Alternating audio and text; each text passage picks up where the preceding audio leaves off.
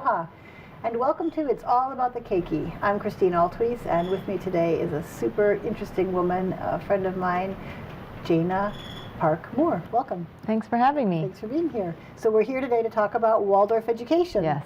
And I need to disclose right off the start that I am a product of Waldorf education. My parents taught at Waldorf schools, and my kids go to Waldorf. So putting that out there. Yes. Interested in what you have to share with yes, your daughter is in my son's class, third grade. Right, that's how I know you. So you are so invested as a parent at the school that you actually give your time and energies to fundraising and supporting the school through activities. So what is it about Waldorf education that drew you? Well, I first heard about Waldorf before I had children, and I had heard that there was this school that brought art into a lot of the different lessons, whether it be math or science or history, and I thought that was really interesting, being an artist myself, an actress and a filmmaker. And so I was already kind of had it on my radar, and so when we had our son, we started touring the preschools, and my husband Jay and I went to Honolulu Waldorf School, and we took a tour, and we saw all of the main lesson books from all the different grades up through high school. Main lesson books are the books that the kids create themselves as a result of having learned a lesson or while learning a lesson, because they don't use textbooks. Exactly. So it would have paragraphs and paragraphs about it, and beautiful drawings and complex math equations and scientific formulas. And my husband said right off the bat, he said, "I was cheated out of an education. Yeah. I should have gone to Waldorf." And we were both really drawn to that the students were creating a lot of it versus just reading and memorizing and taking tests. And then now that I've been at the school for a while, what I'm really appreciating is the breadth and the depth of the education, really. And something that I didn't have growing up. The music and the languages. It's fascinating. Our kids are learning so much that we wish we knew now. Right. So as a mom, what are some of the most important things for you when you think about your child? Now, looking back later on, you know, what you did or could have done for your child, how does that tie into the choice of Waldorf? Because some of the stuff you could supplement. If you saved money and put your child in a public school, you could do weekend art classes, etc. So why is it important to actually commit to something like this? Well, our kids have been there since they were about 18 months old in the parent-child class, which was just that once a week, the little introduction to Waldorf, and gave us an introduction to Waldorf. And what we loved about it was that they're matching the curriculum to the child's developmental stages. And that they're learning, you know, with experience, right? So they're hands-on, actually sewing baby dolls in kindergarten, and he was so proud of my son was his baby doll, and my daughter also. And that they're not trying to rush them through any kind of academic, standardized, you know, expectation. That the kids are free to play, and they're free to grow and socialize and learn all those important things, and you know, not sitting at desks as much as my experience in school was, which was a lot of sitting at desks from kindergarten on. So that's been really important, that they're running around, that they're getting dirty, because they're little kids and they should be getting dirty and playing and having relationships and you know, figuring these things out and navigating themselves and their place, not just in their friends, but the community at large. I think that's something that Waldorf also gives to the students, is a sense of community. Right. I heard recently that a lot of schools, I guess public schools, and not necessarily here across the mainland, are cutting out recess. They're limiting recess because they've got these tests that they're teaching to, and so they're cramming more and more information into a day, which means cutting out recess. And I agree with you. I remember back to growing up and going to Waldorf schools, how important the recess time was for figuring stuff out, developing awareness of social dynamics, and you know, that's where the little dramas happened and were resolved best, because in the classroom we were pretty much engaged with what was happening. Absolutely, and being physical, right? And being in your body and running around, and especially for the kids who have that extra energy and getting to run and jump and climb and spin around, right? they need that so that they can come back and focus. And so how would you describe, other than these exciting sort of little glimpses into what the kids do in the day, how would you describe Waldorf education to someone who knows nothing about it? You know, I'm not an expert. I'm not an expert at Waldorf education. I just know from what I've seen in the children that I love their energy, their presence, especially with the high schoolers. When I go to the high school and I talk to the high schoolers, I feel like they're looking me in the eye, that they're very present, and that I guess really how I see Waldorf and what I love about it is that I do believe that they're teaching to every child individually, that these teachers are getting to know these children. I really do enjoy that they have their main teacher that follows them, right, from 1st grade to 8th grade. That is something that I did a short video with the high schoolers and I interviewed some of them, and they said, many of them said, oh, that teacher was like a third parent to me. They were a mentor, they were someone I could turn to. If I was ever having personal problems, I could come to that teacher, and they feel that they'll always be a part of like their family. So that's something I think is really special, because that's they really do get to know those students, and they really love them. Right. And I just want to say, in case anyone were to put their child in a Waldorf school where that didn't happen, for me at the Detroit school that didn't happen. I had 3 teachers throughout my 8 years, and each of them I think was perfect for my age at that point, and each of them I still am in touch with, and they were important people for me. So I think that's the ideal, and it has a really important reason behind it, and that is because children change over time, as you said.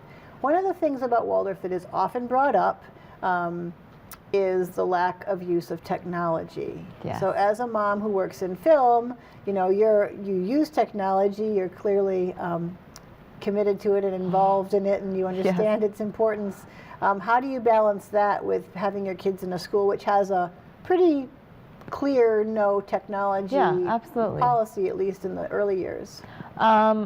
I agree with the policy, really. That's where we're coming from.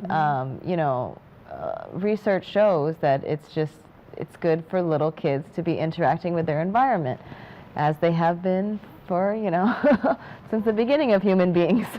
So they need to be touching, they need to be interacting, they need to be listening to real speech, they need to be trying to talk and then talking, they need to be, interacting with everything and not just absorbing from a screen. So although, we haven't, followed 100%, but for the most part, it was not very much media when they were real little. Now that they're in the grades, we have movie night once a week where Jay and I select the film, or at least it has to be approved by us.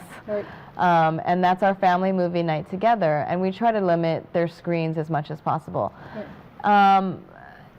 As they get a little older, they're seeing more, obviously, and they're, my grandma lives with us, and so they sneak into her room and they see things.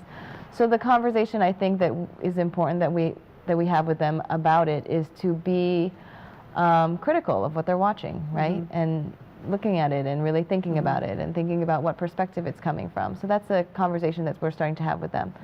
But overall, I mean, you can say no screens, and even if in your own home you say no screens, you just go outside and there's screens all over the place.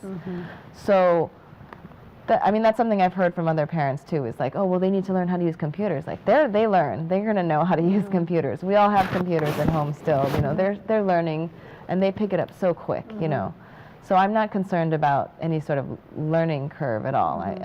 That is they just pick it up naturally. They're fine. I'll never forget the first time my daughter, she was I think in 3rd grade, picked up a friend's iPhone, and we have a zero tech at home.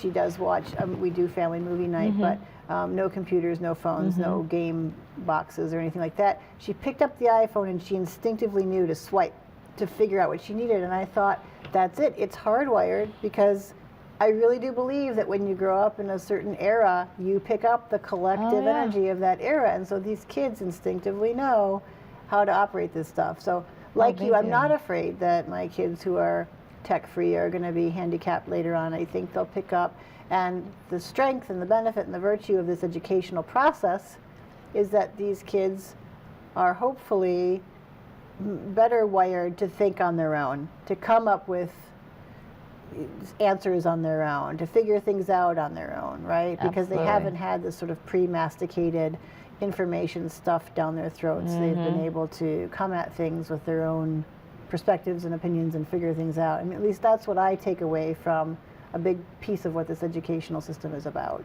Yes. And curiosity. Yes. So the other issue is reading. Yeah. Your son is in what grade? 3rd grade. Okay. So talk to me about reading, because anyone who's even heard about Waldorf will say, they don't teach the kids to read until 2nd grade. How does that help them? How do they ever catch up? Right. So talk to me a little bit about your son's reading. So that's a common concern, right, when people hear about Waldorf. So my son is reading pretty well at this point. He's reading chapter books, right? So in our class, we're reading Farmer Boy right now by Laura Ingalls Wilder, right? And that's something that we had read out loud to them twice, I think, through the series already when they were younger.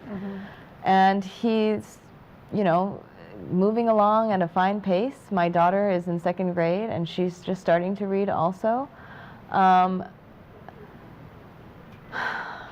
thing about not delaying the reading until they're really ready is that we haven't, what I feel like, wasted time on pushing them in an area that maybe they just weren't ready for yet. Because there's definitely been some kids in their classes who have been reading since 1st grade, who I know their parents, and I know the parents didn't push it on them, and they just, you know, just they were ready, and so they were encouraged, of course, but it wasn't forced on them, and they were ready at 1st grade, and some kids were ready at 2nd grade, and some kids weren't ready till 3rd grade.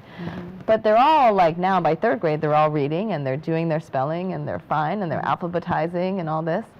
But all that time that we could have been pushing it on him was spent reading to him, and amazing books that I wasn't reading at that age. You know, Moby Dick and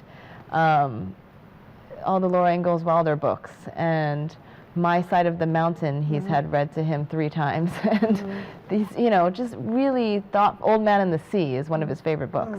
Great. So and we're doing this constantly, you know, and also playing outside and doing all these things. And now he's reading, and he has all this, you know, in him that he loves books and he loves stories. And no matter what my kids are doing, if you pick up a book and start reading, they will stop and just listen. Or if you even put on a story in the car, you know, one of those podcasts, they're like, shh, we have to listen to this story. And they've developed this amazing attention span and imaginative capacity to build and hold and see these stories and these characters in their minds. And now there's just the decoding part of the reading, and that's fine, and they're doing that now. So I appreciate that. Yeah, and that absolutely sums up, I think, for me, Waldorf education is it allows people the time and the space and provides enough tools that when whatever comes up, you're ready for it. You can approach it with your own skill set, and you can figure it out, and you can have the interest. And I think the love of learning is fostered, and it's not, you know, killed through early over focus on memorizations or spitting out facts or taking tests. And I know from my own experience, I never had a sense while I was at Waldorf, and that was kindergarten through 12th grade, of ever feeling that I couldn't do something or I couldn't understand something or I couldn't, you know, ace something, because it was always presented in a way which was non-threatening and organic. And that's, you know, history, physics, languages. Speaking of languages, let's talk about languages at Waldorf, because that's another really exciting That's one of my favorite parts. Yeah, so tell me about language at Waldorf. Yes, so since 1st grade, the children have been doing blocks of Japanese and Spanish from native, or first speakers, right? So they're learning Japanese and Spanish, and I don't know what they're saying, but it's amazing. Yes. And they start with all verbal, right, I believe. Yes. And then they eventually go to the writing, right? Singing songs and reciting poems, playing games. Yeah. I was amazed when my 4th grader who'd been taking Japanese and Spanish since first grade, was able to sit down and write out sentences in Japanese and read to me in Japanese. And, you know, I'm just, any Asian language or language that uses, you know, that kind of symbols, I'm just sort of blown away that they can juggle all that. Yeah, and I think that sort of feeds into the idea that if you're giving the brain lots of interesting and important things to chew on, anything is possible. 2 languages in first grade, that's crazy, yet it works, right? It does. And my daughter's really good at rolling her R's. Already? Way better than me. I can't do that. I know, I've always been envious of people who can Me too, I say can't it do it. She can do it, she loves it. Yeah. That, and then also the music, right? That's a big part of Waldorf. And Jackson and Jaja have just started, or is she doing violin or? She's doing cello, of course, because she's this tall and my car is this big, so she chose the biggest instrument she could find. Of course. And I was, you know, she said she wanted to play cello, and I said, oh, you know, viola is great. She said, no, I really wanted cello. I said, okay, we'll figure it out. We'll strap it on top of the car. Yeah, so tell me about the music program. Well, I mean, we're so lucky that we have such amazing teachers, first of all, that are not just teaching them music, but instilling, I think, a love of music in them and an appreciation for music and classical music. And I don't even understand how it all works as far as how the music intertwines with the math and their brains. I just have heard this teacher talk about it, and it blows me away that there is so much going on. So from third grade, they have to choose violin, right, or cello, and then they're learning strings, and then is there another? I think in switch when you're older? The older they can then choose band, and they can do a woodwind or a percussion instrument. So I think they start out with the strings because of the hardwiring of the brain and the whole idea behind connecting that way of thinking. And yeah, studies do show that it helps definitely with math comprehension and fabulous language acquisition. It's all connected. Yes. Getting that muscle moving. And even in last concert, he was explaining that when they're learning this at under age 10 or 12, when they're doing it with the fingers, that they have better hand-eye coordination, and so that's great. Lots of interesting, exciting stuff. Yeah. Yeah, okay. Any other thoughts about what Waldorf detractors might criticize and how we can sort of combat that with some you know, I've had some people who kind of joke with me and say, oh, they're going to do yoga there. And I say, well, yeah, they do yoga. And it's great. It's fantastic. Like, why not? Why wouldn't you want your kids doing that? And they're also doing other physical exercises. There's they actually, I think we're the only school where they can canoe, they can paddle out right from the school, right? And they can, school, right. Yeah, I mean, some of the kids actually hop in the water and go surfing from the high school. So, yeah, that's... You're obviously a fan. I am. One of the things about the student body that I've noticed is it's very diverse. Yes. Parent body, likewise.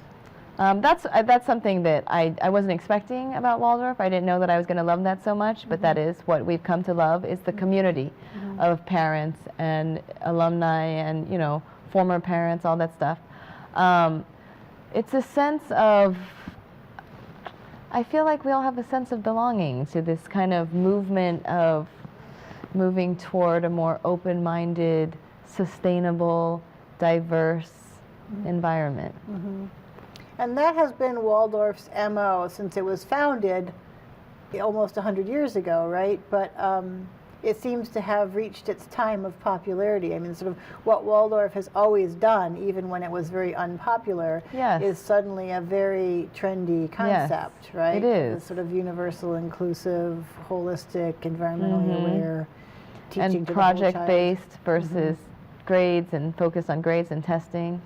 I see that at a lot of the higher-end private schools, right? They're going, okay, we're doing project-based and everything, yeah. And Waldorf has always done that, ahead of its time. Absolutely. Okay, so we have a few minutes left. Trying to think of some of the really exciting things that happen there that people might not know about. Gardening. Oh, yes. From third grade, they're learning gardening and even cooking. Like, they're teaching them all kinds of hands-on.